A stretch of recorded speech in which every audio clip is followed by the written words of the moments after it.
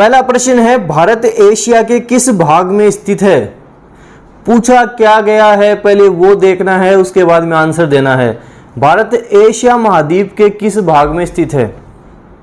देखो यहां से 3-4 क्वेश्चन बनते हैं। भारत एशिया महाद्वीप के किस भाग में स्थित है? दक्षिण भाग में स्थित है।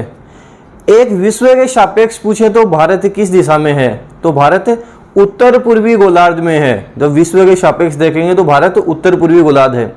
उसके बाद में उनसे पूछा जाता है कि राजस्थान भारत की किस दिशा में है? राजस्थान भारत के उत्तर पश्चिम दिशा में है।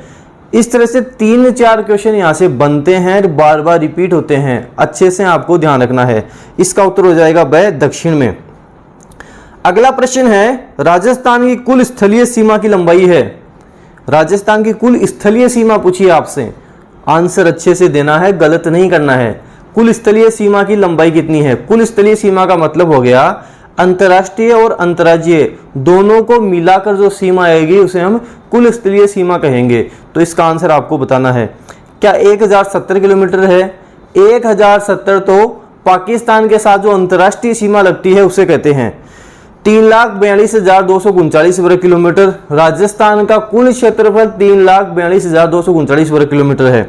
5920 किलोमीटर, तो इसका आंसर 5920 किलोमीटर होगा।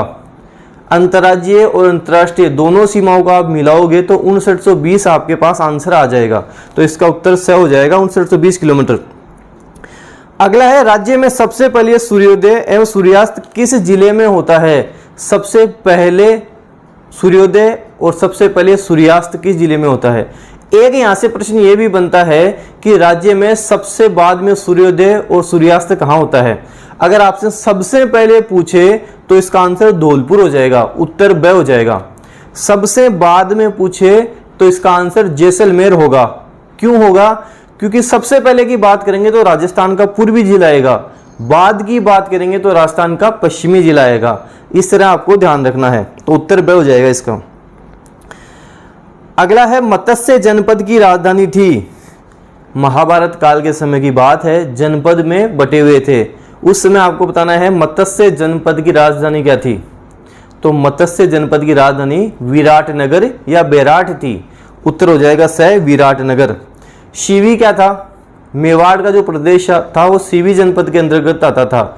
यह भी आपको पता होना चाहिए। ढूंढाड़ जयपुर के आसपास का क्षेत्र ढूंढाड़ कहलाता था। अगला है, शिवी जनपद की राजधानी थी। मेवाड़ वाला क्षेत्र शिवी जनपद में आता था, जिसकी राजधानी मध्यमिका थी। मध्यमिका को वर्तमान में नगरी नाम से जाना जाता है। नगरी कहाँ है? चित्तौड़गढ़ में है। सारी डिटेल ध्यान रखनी है, कहीं नहीं अटकना है। उत्तर द हो जाएगा इसका। अगला है, मृद भांड का शाब्दिक अर्थ है। मृद भांड का शाब्दिक अर्थ क्या है? मृद भांड अर्थात मिट्टी के बर्तन। मृद भांड हम बोलते हैं मिट्टी के बर्तनों को।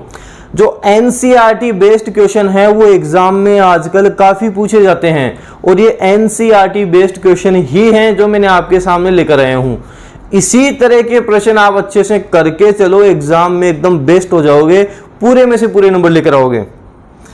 अगला है, बीजक की पहाड़ी एवं भीम डूंगरी किस सभ्यता से संबंधित है?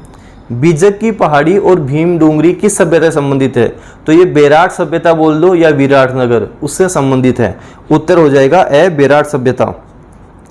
अगला है, छप्पन का मैदान कहाँ स्थित है?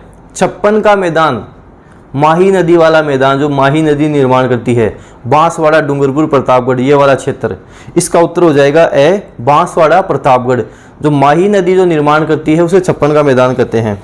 56 गांवों का समूह है। उत्तर ए हो जाएगा इसका। अगला है, मेसा का पठार स्थित है। मेसा का पठार कहाँ स्थित है? काफी बार रिपीट हुआ है। मेसा का पठार चित्तौड़गढ़ में स्थित है।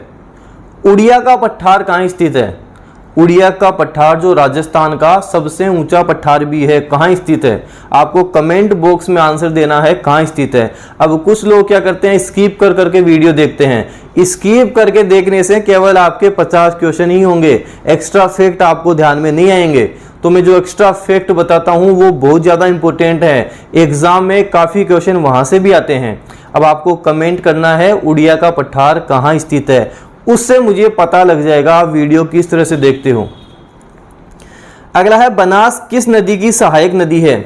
बनास किस नदी की सहायक नदी है? राजस्थान की ज्योग्राफी में राजस्थान की नदियां मैंने बहुत अच्छे से ट्रिक के साथ आपको करवाई हुई है। किसी भी एग्जाम में बैठ जाना, उसके बाहर कुछ नहीं आएगा, वहां से नदियां आप अच्छे से करो। चंबल की सहायक नदी है बनास, उत्तर ए हो जाएगा। अगला है माही बजाज सागर परियोजना कहाँ विकसित की गई? माही बजाज सागर परियोजना, माही नदी पर माही बजाज सागर परियोजना विकसित की गई।